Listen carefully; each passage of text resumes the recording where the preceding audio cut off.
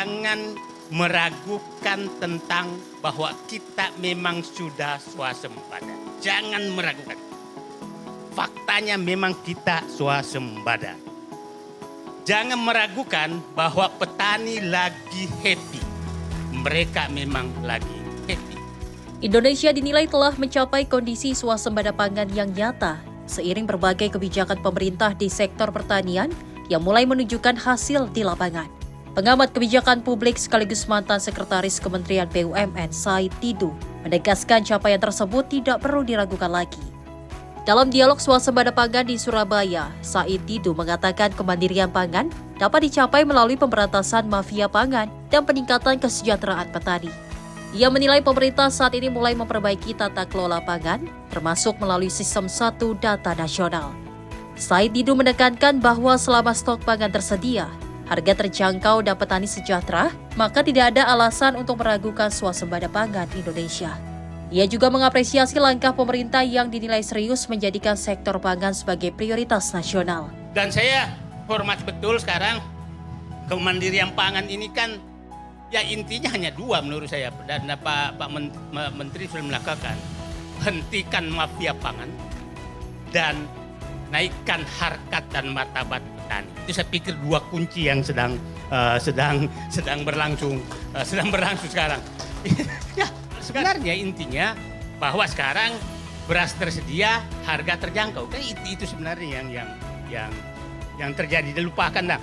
Repotnya ilmuwan kita juga terbawa ke diskusi diksi, bukan substansi. Nah, saya orang dalam lama sekali. Data selalu sumbernya tuh ada beberapa, satu dari BPS, satu dari Kementerian Pertanian, satu dari Kementerian Perdagangan, satu dari Bulog biasanya, 4 data itu. Dan selalu kita rapat itu selalu berbeda. Dan yang menentukan data yang benar itu bukan dari 4 lembaga itu, tapi dari yang mafia pangan. Maaf dulu.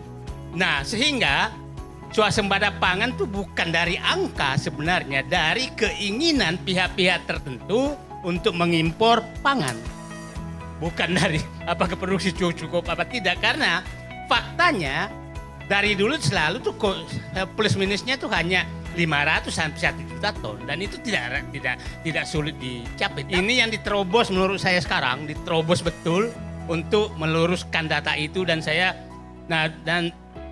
pikir Presiden Prabowo dengan Menteri Pertanian sudah mengambil komando data satu, produksi satu, semua satu. Nah, baru kali ini kita meningkatkan produksi itu. Saya pikir pendekatannya Pak Menteri sudah benar.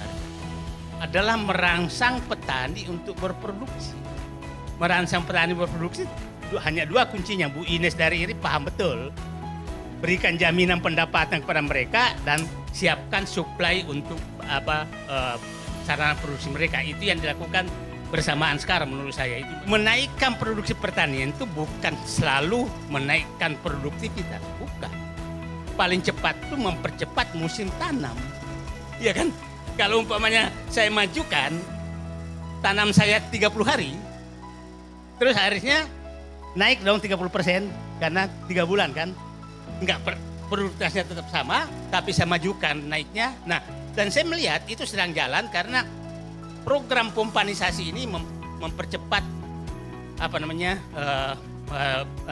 program tanam di mana-mana. Pangan selesai, negara aman, Indonesia akan kita bisa sejahtera, petani akan ketawa.